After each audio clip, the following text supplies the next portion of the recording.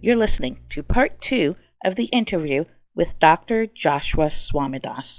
No one imagines, even if they're an atheist and they don't think heaven exists, no one imagines heaven as a segregated city. Yeah. It's and so so why are we okay with it here? And when we pray for God's will to be done on earth as it is done on heaven, we ask for His kingdom to come. That's a prayer for integration, and it's a prayer that we have not been having an easy time doing because the inheritance of segregation is strong. Yeah, I should say I did encounter one group that thought that, but we would rightly place that group in the alt-right. There was this group called New Geneva back when blogging was a new thing, 2003, 2004, Yeah, so 2005. There's they had that view ideas that arise all the time, and they called it kinism, so as not to be called racists. Yeah, but it's a racist view, and they basically thought that the races need to be separate because that's how God created us, and they tie that back to Shem, Ham, and Japheth. So, yeah, there are three races. There are three races. Familiar with Bob Jones and what happened with that? You mean the first Bob Jones, the father, of the originator? Also, there was this segregation, and so in the same way we're debating a lot of political things right now. In like the late 50s and early 60s, there was a large debate about segregation. I mean, it kind of culminated with the civil rights movement and Martin Luther King. There's a really critical sermon that I think it was given on Easter, actually. I'd have to go back and check if it was exactly Easter, but it was given by Bob Jones Sr., where the title of the sermon was, Is Segregation Spiritual? This sermon was actually transcribed, put into pamphlets, given across the country to people. It was it was on the radio, and he was really working out the question of what does Scripture say about segregation? And his view was that Scripture taught segregation. Now, it's interesting, his position on this. He says that the fundamental problem of race was that and he pointed to Acts 17, where it says that out of God made all the nations. Out of one God made all the nations, and set up the boundaries between them. And so what he said is that we all descend from Adam and Eve, but God set up boundaries between the nations, and the big mistake we made is bringing black people here. That's the Kennist view. Yeah. And what we need to do is return them to Africa. Yeah. And it's really striking that it never really crossed his mind is, maybe the big mistake we made was taking, coming here from Europe and taking in the land from all the Native Americans and transgressing those boundaries. That doesn't cross his mind. Right. Yeah. It never even occurs to them to think, we were the ones who were where we shouldn't be.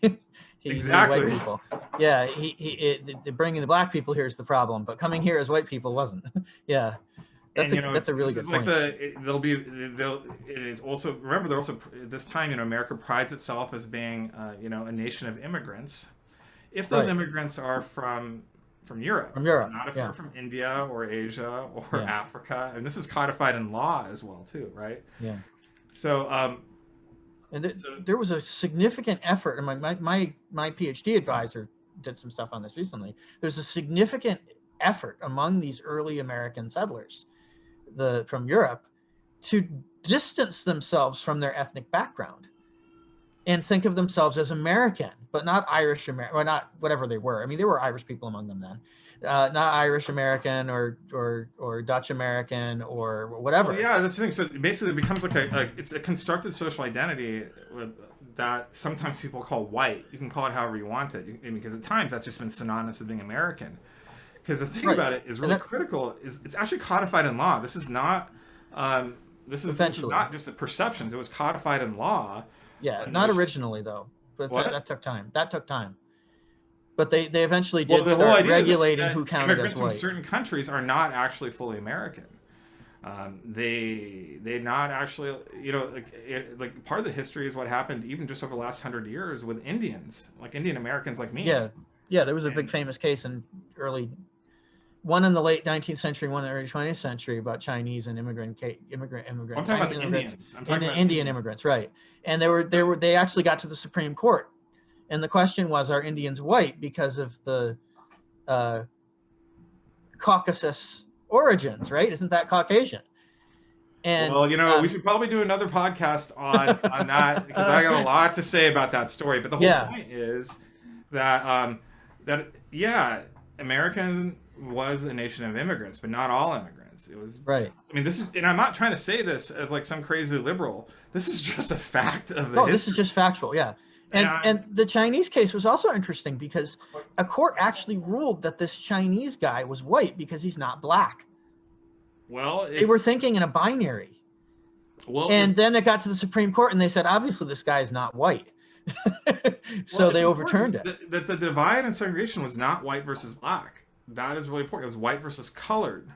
But there were, what I'm saying is it's more complex than that at certain times. And the thing is, black people were given citizenship by that time.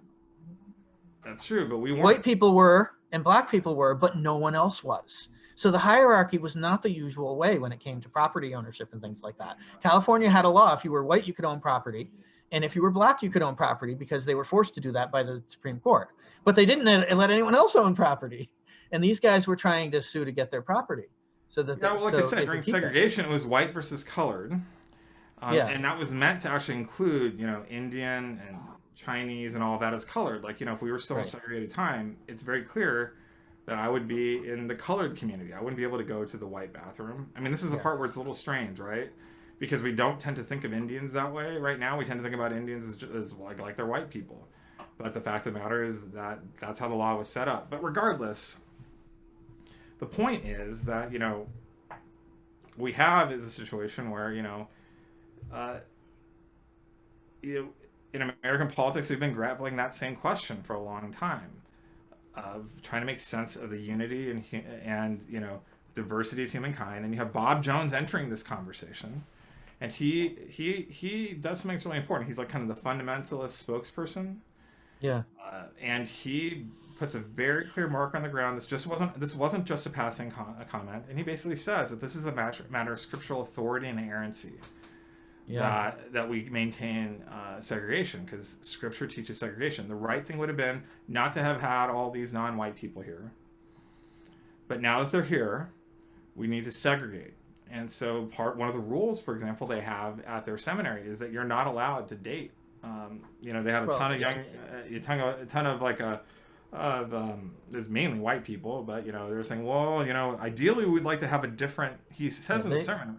They had a ban on interracial dating until 2000. Yeah, 2000 is pretty late to revoke that, but that's when they finally got rid of it. Yeah, we ideally would like to have a different university for the black people to be at, but with that, we're going to let a few of them into our university. And he didn't say this in the sermon, but the basic idea was that we need to keep the separation of the races to respect scriptural inerrancy in his view. And so the rule is that, we're going to have all these college students. They're there. And if you know much about Christian college culture, is ring by spring. A lot of people are there to get married. The whole idea is you cannot get married or date a person who is of a different race. Yeah. And that extended really till 2000. So, and I graduated to make it real. I was in college from 96 to 2000. And It was in 2000 that they decided that interracial marriage maybe isn't a threat to scriptural inerrancy. Right. I have a friend who went there, graduated in 94. He was there during, or maybe it was 90. Yeah, it would have been 94. So he was there during the end of that time. And he said there were discussions going on when he was there about that whole issue. There were a lot of people who resisted it. But it was, that was sort of fomenting. During that time I think it's so really, he would have been there from 90 to 94 or so. Well, I think it's a really important history to understand better, because I think that it shows how we in our fallen state can even use things like scripture to justify real dehumanization of our brothers and sisters. And it's no different from what's his name, Dabney and so on with justifying slavery. It's a similar kind of thing. Now, what's interesting about how the story ends in a lot of ways, and I talk about this in my book, is that it all goes back to, so Bob Jones emphasized Acts 17:26. Out of one God made all the nations and set up the boundaries between their nation and set up the boundaries between them. It's that verse that Ken Ham, president of Answers in Genesis, a person I disagree with quite a bit, lays down a big marker in 1999 with One Race, One Blood. He writes a book that basically acknowledges that scripture, and he's going to do some race baiting on evolution, but people really misuse scripture to support racism, and in fact we are one race, one blood. And so the idea of there being interracial marriage is a bizarre statement from a scriptural point of view, because from the scripture's point of view there are no races. And so, and it's really, after he publishes that book, and I'm sure there were some private conversations behind the scenes about this, that Bob Jones in 2000 basically says, okay, our position was not scriptural. And but that's exactly the same passage where that they really emphasize, and that same passage was used to both support racism and to end racism. Yeah. And that's really interesting, isn't it? Yeah. There's stuff in that verse that they couldn't see. Well, I think what happens in a lot of fundamentalism is that it's very selective in reading. Yeah. So people pick the part that really, really, I think ends up the risk is really picking the parts that don't challenge your worldview, but just really end up supporting it. Right. And confirming it. And so they misread that passage, and they did it in a way that was, in some ways it can be sympathetic to, because we all do the same thing. In some ways it's a little hard to be sympathetic to them, because they really should have changed it and fixed it sooner. Yeah. It's hard when people make 2000 is really late to be getting off that boat. Yeah. Yeah, but we've seen that over and again. I think it's hard for organizations. One of the things, another subplot in this book is how I'm calling out a large organization that's been well known for promoting evolution in the public square, for making some very large mistakes in the science here, and opposing things on the grounds of science, and they had no evidence for that. And it's been very hard for them to adapt and change. They're kind of still stuck in some backward ways of thinking about this for years now. But they're just stuck because, they really they put down public markers, and that's hard to change. So did you finish this? You were doing this historical account, and I don't know if we got sidetracked or if you actually see yourself as having finished it. Oh, yeah, I think that was the key thing. We were talking about how the race arose. I think that's the key thing. What I found in this, it's interesting. When I very first got involved in this, I gave a comment at a conference that I got into a bit of trouble with. What happened was that, frankly, I didn't really want to talk about Adam and Eve. I didn't expect to be writing a book about Adam and Eve. But when I got a little more, acquainted with the conversation, I just found out all these white people were talking about Adam and Eve, and that's all they cared about evolution. I was getting a bit frustrated by it, right? And, I was in St. Louis. We were kind of processing what had happened with Michael Brown, and it was in 2017, and I got up at the biologist conference, and I said, I think, it's... these questions that we're coming to are very white questions, about Adam and Eve and all that. But, here in St. Louis, we're worrying about stuff, and we're really worried about larger questions, it seems. I'm really wondering what the questions of the Black church are about science. I got a lot of heat for that. It was cited as one of the reasons why they kicked me off their speakers bureau. Now, I don't know. But I'll tell you I was wrong about one thing. First of all, I don't really regret saying it that much, but I was wrong about one thing. It's true that the way how the conversation on its origins has been approached has really been just primarily addressing the questions of the white church. That's really true. But what I found is when you actually look at origins closely, you look at the history of what's happened, that these questions about Adam and Eve and origins and evolution are tightly bound up and entwined with the questions that those of us that aren't white bring to the table about our own worth and dignity in the world. Mm-hmm. That race begins as a theory of origins. It's a false theory of origins. It began as a theological idea, and it was really formalized into full-on scientific systems. and and it was used to really deny the dignity and worth of people just like me and people in the African American church and Chinese friends of mine and all of that. And in a way, it also dehumanized white people too. It really made them complicit and kind of stuck into an inheritance of something that maybe even they personally wouldn't have chosen. And so I was wrong in an important way. While it's true that the conversation has been too defined by the questions of that are brought to the table by people who are not people like me. The concerns of people like me, well, they are deeply germane to Adam and Eve and the questions of origins, and that's what I've learned, and that profoundly shaped how I wrote this book and how we've been talking about it since it's been published. One of the things that fascinated me, and I think I got this in part from your book and in part from other places, was steps along the way where people would engage in a kind of they'd offer some theory that we now know to be false, and then they would correct it, and sometimes they would correct it on the grounds of scripture after having offered the theory as a scriptural thing, and sometimes they would correct it on the grounds of science after offering a scientific justification for it, right? So the phylogenetic or Polygenesis or phylogenetic or whatever. Yeah, that was the terminological thing I was unclear on, actually. So the idea that the different human racial groups originated separately from each other appeared before Darwin.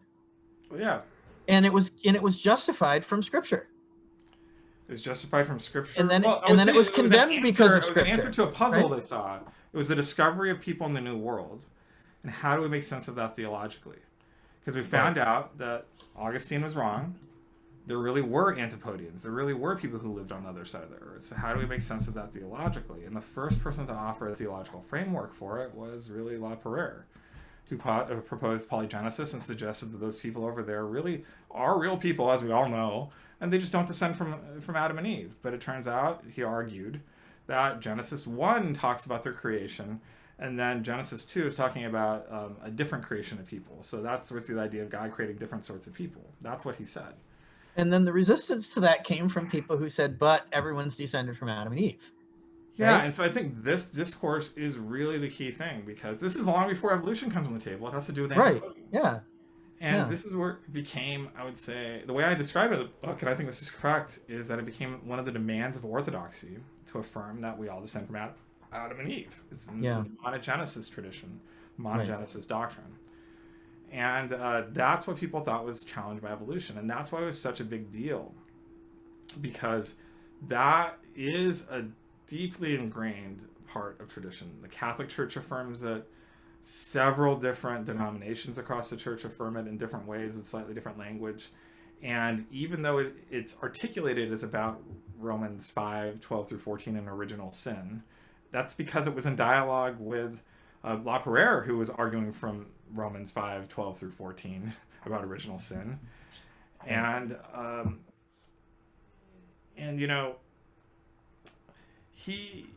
they came down hard. They basically said it's heresy to take a different view. And a large portion of the church, maybe they're wrong, but look, I'm just a mere scientist. In retrospect of this, it's centuries away.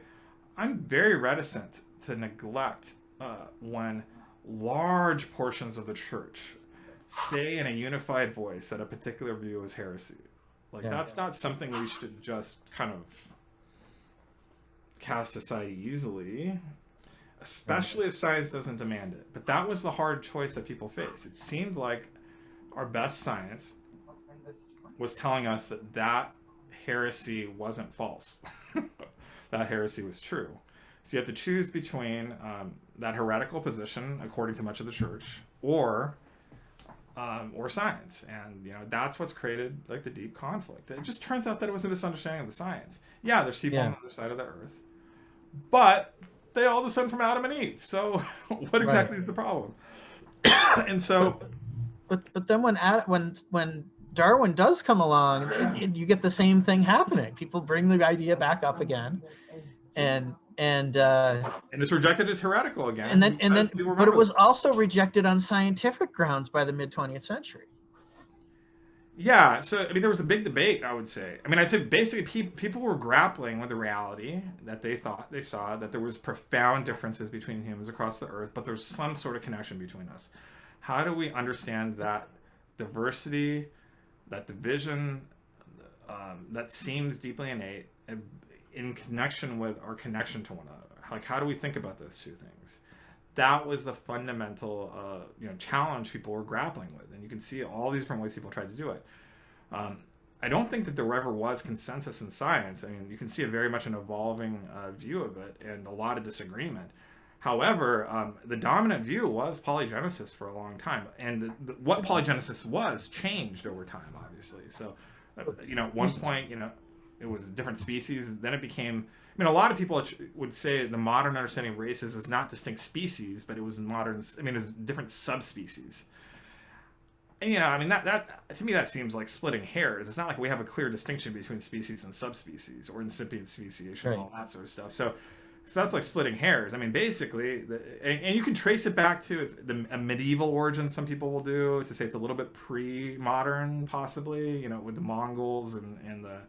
In Spain, maybe. I don't care. I mean, those are minor points. The whole point is it wasn't back in 2,000 years ago that people understood race that we do, and it really arose out of a clash of cultures and us really trying to make sense of large groups of people with totally different histories and stories that just seemed very, very different than us.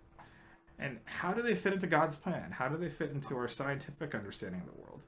And what seemed most readily and obviously apparent just turns out to be flat out wrong. And we're still dealing with the after effects and the hangover and the inheritance of that grand, gigantic mistake. Yeah.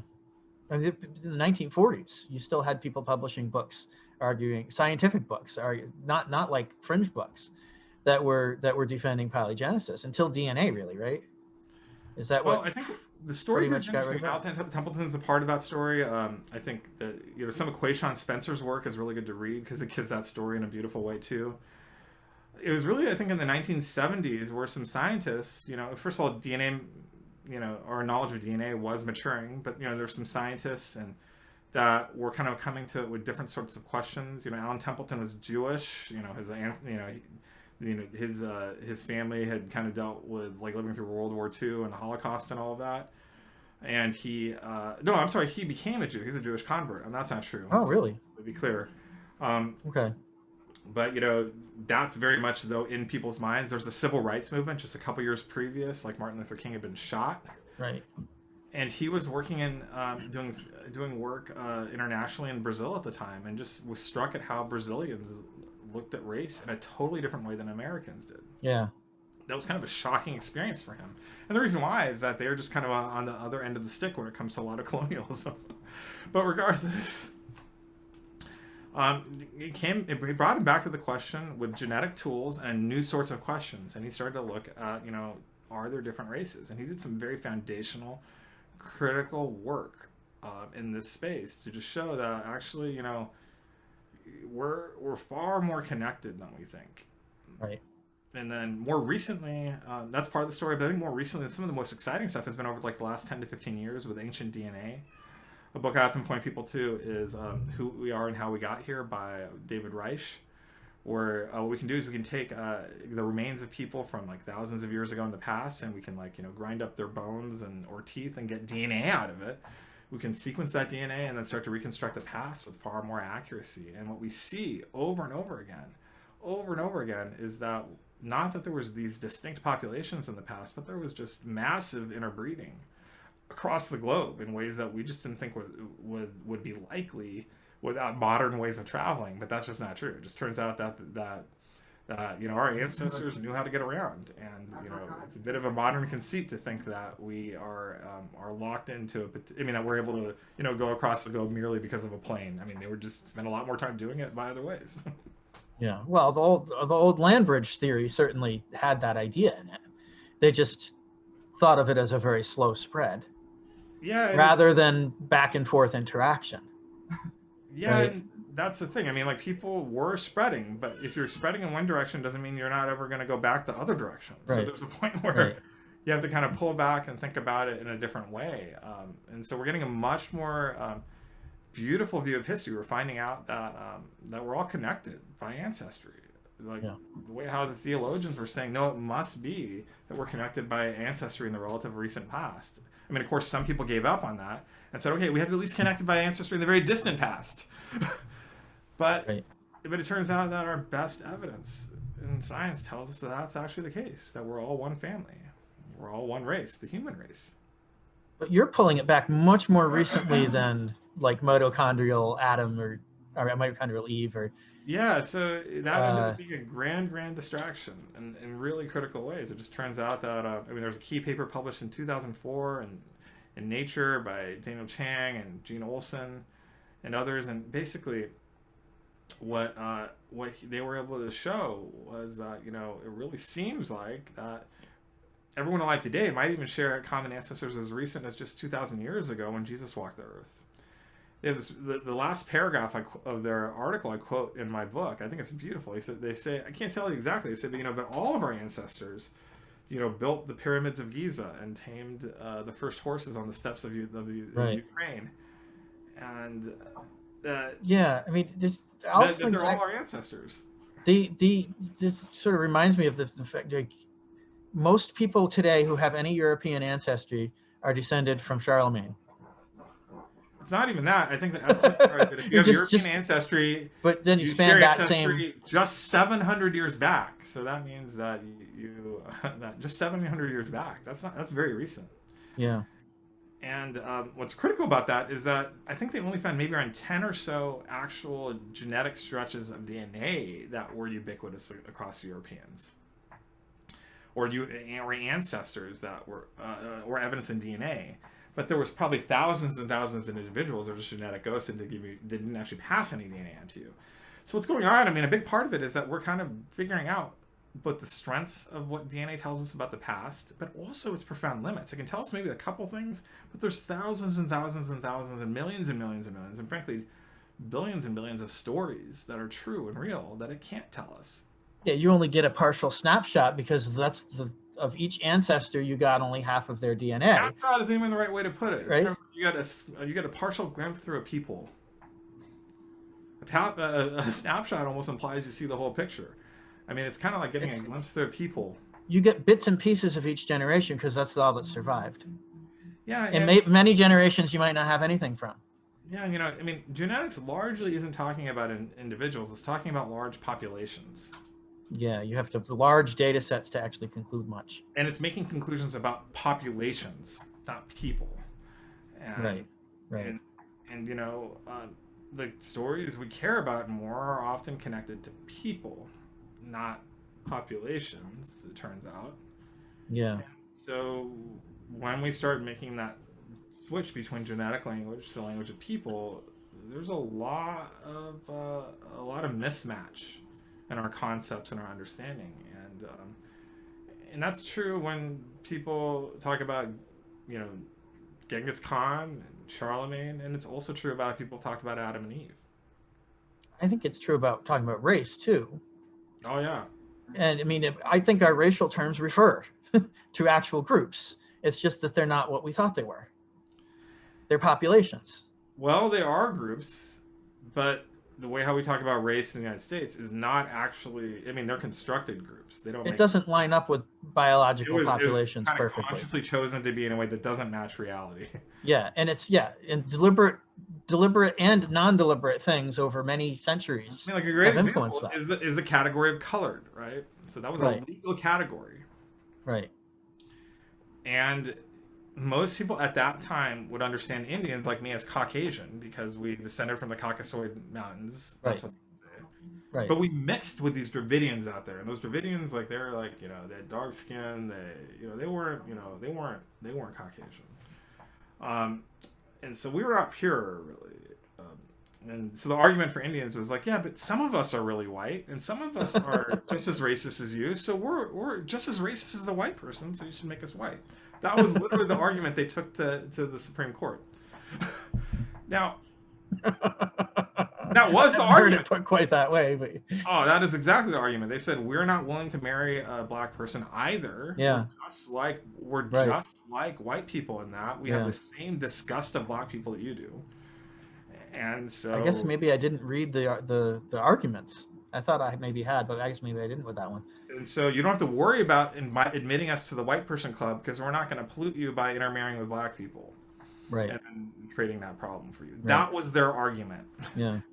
And I mean, you can. I mean, I think there's so much to say about that nonsense, right? But you know, the Supreme Court said, well, yeah, but it's obvious you're not white. So you know, maybe you're Caucasian by some scientific classification, but you're not white. So we're not going to. And that's just conflating two different meanings of the word white. And there's more than two. There's many more than two. Well, I mean, white. But that argument is a terrible argument for that reason. It doesn't mean they're not right. White has been about a racial or ethnic identity that's distinct of the insiders. Keeping outside people are outsiders. Right. And one of the groups to be kept outside was Indians. Was Indians, Asians, black people, and and I mean, I think what's really interesting about the debates about in the Indian court cases is that it really clearly delineates, basically what the terms were of entering into the white person club, and the fully American club. There were terms. I mean, it was not, and it was basically you have to be willing to really support our view of race, and you have to fit into that, and if you don't, you're one of those crazy minorities that isn't going to be fully welcome here. Right. And so, I mean, and that carries through today. Like, when I made that comment at Biologist, I don't think what I said was offensive, but people were deeply offended. I mean, the irony of it about it is I ended up writing a book about their concerns, Adam and Eve. Yeah. I mean, I think it's imprecise. And I think there's a way to say what you said that's less likely to cause offense and get the information across. Context, what happened, there were a lot of people who were deeply offended by it, but there was a lot of people, I would say probably the majority of people who actually found it was deeply refreshing to hear that there was more of the world than merely like this internal debate amongst Christians. I don't think I said anything wrong or inappropriate, actually, to be clear. I'm not sure it was false, but it depends on what you mean by white. Well, it's not a way that I prefer to use that word. It depends on the precise terms of what I said. It's worth considering that. I asked Biologists to give me a recording of it. They weren't willing to do so. Huh. I think it's probably because it's far more defensible than they wanted to present it. Yeah. But as I recall, this was like 2017. The way I said it was, I said, I mean, because I was asked up to give just a short, brief thing, and I was asked to actually talk about race and how I'm thinking about race. They actually asked me to talk about race too, and I just said, yeah, we're really, we're really trying to do a better job of engaging society with questions of science, and as a person who's in actually St. Louis, I'm really, I'm just really struck by how this conversation doesn't really engage the questions of race. And if you look around even here, this is a very white audience, and there's like maybe there's like a group of like 300 people, and I think there's maybe 3 people with dark skin. Yeah. And I said that, and you could just see how everyone there, I mean, like I knew where all of them were. They all kind of looked at me, and you could see them just completely queuing in. Look at me. I'm just saying, I think this is just a really white conversation, and I'm really, and I just think that we need to do better. There needs to be more people, that aren't white in this conversation, and I think that, and I think that we need to really be sensitive to those questions. I really want to know what the questions of the Black church are, and I've been talking to Black people, and it just Adam and Eve isn't the question they bring up. That's just not the concern they care about, and that's all we're talking about here. I just think that that, it's just a very narrow question. We need to be thinking more broadly. This is like my summary of what I said, and definitely what I was thinking at the time. And a lot of people actually are very tired of origins, even in that community. They came up to me and thanked me and said, "You're so correct. Why are we just talking about Adam and Eve and not talking about these questions of race?" And these were white people saying it too, so it wasn't offensive. I think what happened is that some people felt, like, race is hard to talk about. I think most people talk about race, talk about it in a way that's just degrading to everyone involved, including white people. And white people are the enemy, and so, some people just took it as an angry black man getting up and saying something. That's the stereotype, right? Right. And so I was really reprimanded harshly for that. And, I apologized at the time, too. I wasn't angry, and I'm not even black. But, and I apologized. And, and I look back on that time, that was one of my great regrets. I really should not have apologized. I didn't do anything wrong. I was incorrect that the questions of Adam and Eve were disconnected from the questions of the church. The black church. The black church, no one really made that connected. That part I was wrong about. The part that I think gets people, with at least the way you first framed it when you first said it to me, rather than what you just said, saying that these are white questions. The thing that I think angers people about that way of talking, if that's the way you put it, is that there's oh, I know what makes people angry. We're supposed to be response. They can say, well, "What do you mean?" We're supposed to be moving away from thinking of certain things as being innate to white people and other things as being innate to other people, right? And they think that I don't think, but that's how they see what you're saying. That's how they hear it. Well, they're kind of confused. And anger to something confusing. Well, that's why I'm saying. Not a good response. It's not a precise way of putting it. There are more precise ways of putting it that will deliberately move away from that perception. Well, look, I think actually and the way you just put it does that. The way you put it a couple minutes ago just does that well. What I'm just saying is, like, look, I think race is a hard conversation in our country, right? I think it's confusing. Oh yeah, everyone's got their shield. I'm very sympathetic, but I want to say that this is actually a beautiful example of how it dehumanizes us. Look, I get. I even in that moment, I could see how what I was saying could be uncomfortable for some people because we just never even mention race. But remember, I was asked to talk about race. Right. Yeah. And some of the discomfort is discomfort at things that should be changed. Yeah. And some of the discomfort is discomfort that they feel like you're going the wrong way, and there's something to it because they're misunderstanding you. But some of this discomfort is because you're scratching somewhere that they don't want scratched. Yeah, I think that's well. I don't know. I think it's just what I'm trying to tell you is that this is a real clear. It's actually a very clear example of how this conversation is just dehumanizing for everyone. Look, I get it. Like the language that was used to describe this was pretty extreme. They said I was shaming everyone in the room, and that is not the case. And they were saying that I was going negative by recognizing the fact that there was barely any black people in the room. That is not going negative. That is stating the fact that there was not a lot of black people in the room. And it was interesting, the response. They said, you're not taking into account that we're doing better than most people here. I'm like, okay. That doesn't change the fact that that wasn't the case, and we can still mourn this. And so, so in a lot of ways, it was very dehumanizing for me because I kind of went up and I said something that was very true. It wasn't shaming people. It was completely factual, except for that one place where I made an error, where I just talked about. And I even really quickly backed off of it privately to the point of like apologizing. But it turned out to be an unforgivable sin there to say something that was difficult about race. It was one of the reasons why they asked me to leave. Yeah. And that was deeply dehumanizing. And later that year, that was like the 50th. The year before this, the 50th anniversary of Martin Luther King. There was a Stockley verdict in St. Louis, and what I saw was the reality, and I still see this, is a large number of white people with white people concerns. Of the biggest problem in the room is if racism gets talked in a way that makes us feel bad. Just taking someone like me who wasn't an angry black person kind of painting me with that stereotype and kicking me out. I mean, that was a pretty rough experience. Now, on their end, to be clear, I think it was deeply dehumanizing for them too, because they've actually clearly gone through stuff where, people have talked about race in a way that excludes them entirely from the conversation, neglects their concerns entirely, and that has shamed them. I mean, like, the only reason why someone would say what I was saying was shameful, or was shaming them, is if they've been shamed over issues of race in the past, because I wasn't. Right. Right.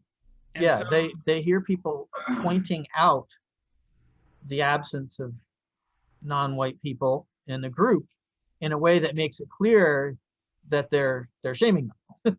and they're Yeah. really concerned that their voice is being taken away. So what it does, I mean, so that's deeply humanizing. So what they do is they make a monstrous response, Right. frankly, to something that's not a human response to this. So in a way, you know, in one way, I mean, it's attention, right? In one way, I'm indignant, and I think it's completely ridiculous. And this is not the way the world is supposed to be. Another way, I'm very sympathetic. I mean, I don't think it's just that they're evil people just like pulling this out of nowhere. I mean, they're reflecting Right. the brokenness, the fallenness of our world, and Yeah. and In some way they're rebelling against it, but they're not doing so in a healthy way. well, what's really striking about it, is I've been probably the most, probably been um, among the most. Well, yeah, I am among the most for sure, and some people would argue, the most, but that's a different question. A prominent person in the origins conversation that's not white. And what's striking about it is that they've just been unwilling to even have a conversation about these things with me. Just not even that. And I was actually working with them.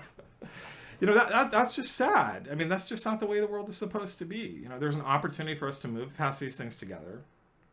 Everything that I've seen happen is forgivable. One of my favorite, it's not even really a story, I'd say it's a reality, it's a truth, is what's happened with Daryl Davis, who is this blues singer that would just hang out with people doing blues, and music is this thing that really brought people together. So, for decades, he would be hanging out with white people in the Deep South, and you know what? There's a lot of racism there. It turns out that he met a lot of KKK, Ku Klux Klan members. And what he would do, instead of just disassociating from them, is he'd just have conversation with them and talk to them. And over the years, what would happen is that after talking with them, is that they would, one by one, they would come to him and actually give them their KKK robe, saying, you can have this. I was wrong. Wow. I mean, KKK members out of their robes. And so, isn't that amazing? Yeah. And he has them on display at his house.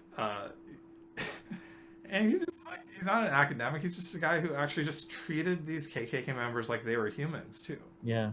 And was able to engage them. But it was only possible because they were able to talk together and communicate. Right. And so, if there's forgiveness and grace for the KKK, for the Klansmen, I'm certain there's forgiveness for me. I'm certain there's forgiveness for you. And I'm certain there's forgiveness for everyone else, including the people who've done me wrong. Yeah.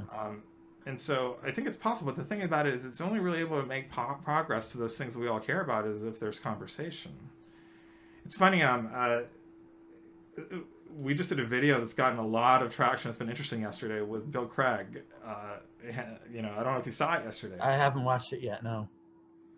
But he invited Ken Ham into dialogue with him about his book on origins. After Ken Ham had posted the Ken Ham posted his thing. He came on my podcast to respond, and he did. He responded, and it's a really great podcast, I think. But of course, it's my podcast. You can listen and be the judge yourself. But one of the best parts of it is that Bill Craig actually just invites him to dialogue about it. Now, how most people responded to that was saying, "Well, there's no chance that." That Ken Ham is going to respond. And maybe they're true, but I want to believe that God made Ken Ham in the image of God. I don't think that he's outside the reach of an appeal to do the right thing. Maybe he will. Who knows, right? So you're envisioning maybe having the two of them on together on your podcast? That would be interesting. That'd be great. I think that we can hash out our differences and understand each other better. Yeah. Now, that's the idealist in me speaking. That's the one who knows that we're made in the image of God, and I think it's true. At the same time, the reality is that we're in a fallen world. I think the reality is that it's very likely that he's not going to be willing to. And I think that's also supposed to be instructive for us. You know, when people are willing to talk, it demonstrates a transparency and openness, a humility, an ability to actually obey Christ's command to live in community across our disagreements. And when they're not willing to talk, I think that also displays something too. I think heresy tends to hide. You know, corruption tends to hide. You know, they like to do things in secret. They like to do things outside of dialogue with the rest of the church. And so that's I think ends up going to end up being really where it's going to be very easy for people to see, you know, who is hiding from a community who's trying to engage. And, you know, I've consistently invited biologists into conversation too. I really want to engage with them and understand this. And they just have not, they don't, I mean, they really engage with me, probably very similar to how Ken Ham is going to likely engage with Bill. You mean the leadership of the organization? Because you've had conversations with individuals, right? I think that I think Biologos is just an organization, right? I mean, there's a lot of individual people out there that agree with them on different things that have no connection to this at all, right? So I'm just talking about the people who've written stuff for them that you've had conversations with, is what I'm thinking. No, not since then. Yeah, I mean, I remember I used to have a lot of friends there. I think that I think the way it played out and has played out is that I think it's hard for them, to be honest. I mean, I think they made some large mistakes on the scientific stuff, and I think when people make mistakes, it's a very natural instinct to want to keep it private, and I think they've been really working hard to keep the whole thing private. Yeah. But the problem is that when large mistakes are made, I mean, I think it really demands transparency, and that's not really. I mean, I think that's probably what this is. It's a clash of two non-negotiables. You know, transparency is non-negotiable for me right now, and I think the lack of transparency, or however you want to put it, maybe the positive way to put it is confidentiality, but I don't even think that's the right way to put it, because a lot of stuff we're talking about isn't even confidential. I think. No, but I mean, I think the way they see what they're doing. Right? What? I think the way they see what they're doing is, let's just not have anything wrong on our site. So let's only have the correct stuff. Because we don't, I don't know. I mean, I'm not sure what their reasoning is for that, but that's definitely not true. They definitely took it down though. They took their website that they won't correct. They stuff that they took down because you told them, you pointed out problems in it, right? No, they took it down because it was becoming untenable, and there was a lot of people internally and privately demanding that it be taken down. Right. So they have taken stuff down, but what you're worried about is that they're not admitting it. They're not admitting it, and they're not saying what the reasons were publicly. They're not issuing an errata or a well, so I think they did have. Well, the thing about it, I think a really key thing is, when did they know it was an error? They knew it was an error back in 2018. You know, when did one of the authors actually come back and say that it should be taken down? I mean, I know one of the key authors of the article said that in 2019. You know, I mean, I've been telling them for years. And their response has always been, you know, we need to move on. Let's focus on the future. I said, well, yeah, but you keep on citing that paper as good science. Like, if you're going to keep on citing it, it's part of the present. And you're not even talking about, I mean, that's an issue. You know, you have to really correct the record here. When they did publish an article that did not reference the article I asked them to take down, or not to take down, to retract, right? And that article, you know, it says a lot. You know, it didn't actually go out to their mailing list. It didn't reference that article, and it really buried it and kind of claimed that that this is just all a normal part of science, and really just I think it really did it was more of a statement of innocence than a really, you know, a real, you know, clarifying the situation. And like, it was all fixable. You know, I asked them, hey, can you just please take that down? And they were unwilling to do so. I'm sorry, not take that down, put it back up. And, you know. Oh, you wanted them to repost it, but have a explanation of why. Explain the science of what you got wrong. I mean, it's not something that's supposed to shame you or be. Right. It's just something. You know, it's funny. I talk often about the high standards of science, but what we're talking about here is just like the standards of like a neighborhood newspaper. We're not talking about. I mean, it's not that high standards that we're really asking for here. I mean, it's very possible, maybe even likely, that it was just deleted as an oversight without thinking through that. That's possible. But that's why it's important. I just asked them to go back online, and they're not willing to. I think that's maybe it was a slight, just an oversight initially. I can completely believe that. But, the unwillingness after a year to clarify the matter is really concerning. Now, privately, people have just emphasized, that they know that there was errors with it. Well, at least some people have. But the problem with saying things like that in private, but not willing to ever say it in public, well, that really ends up being deeply misleading and confusing for people. And I just want them to clarify and clean the record there. And, their strategy is very similar to Ken Ham's about this. They're treating me much like how Ken Ham is likely to going to treat, Bill Craig. They don't want to have a conversation. They want the conversation to end. And in fact, that's why I'm a difficult person, is because I really want these things to be done in a trustworthy way. Now, of course, in the end, they're their organization and they can do whatever they want. I don't have any control of their policies if they don't want to be transparent about this stuff. That is entirely their right. And they're not doing anything illegal, as far as I know. They're not doing anything illegal, but that doesn't mean the conversation ends for the rest of us. Right. That doesn't mean that. That actually probably puts a greater responsibility on the rest of us to clarify the situation and what's happened. I wouldn't be talking about this if I had confidence that they were going to address this publicly and transparently. And I hope eventually they come around to it. And if they don't, that's okay. It's kind of, I really do think about what happened with Bill Craig and Ken Ham. One way, it's interesting to see too, like when I made appeals to creationists like Bill Craig did to Ken Ham, I've actually gotten very negative feedback from people. And it's striking. People will get even angry with me from the anti-creationist side, saying, he's not honest. He will never respond that way to whoever the person is. Why are you even asking to dialogue with them? Which I find to be a deeply dehumanizing statement. It means that they've totally given up on that person. They think that person's beyond an appeal to the good.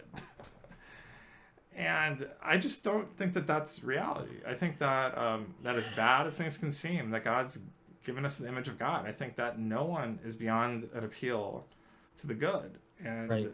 And there's an opportunity for a beloved community. And I hope it's going to require conversation. I think it's good that we continue to invite creationists to be in conversation with us, whether they be of the evolutionary creationist type or of the young earth creationist type, to just really invite them to be in conversation with us, to really try and sort this out together and start living together as a family of God. And, even for non-Christians, maybe it's not the family of God, but, remember Martin Luther King, he talked about the kingdom of God too. He talked about the beloved community. There's an opportunity for us to move from a fractured society to a beloved community. That's the opportunity we have, and that's the one we should take. Join us next time for another episode of the Parableman podcast.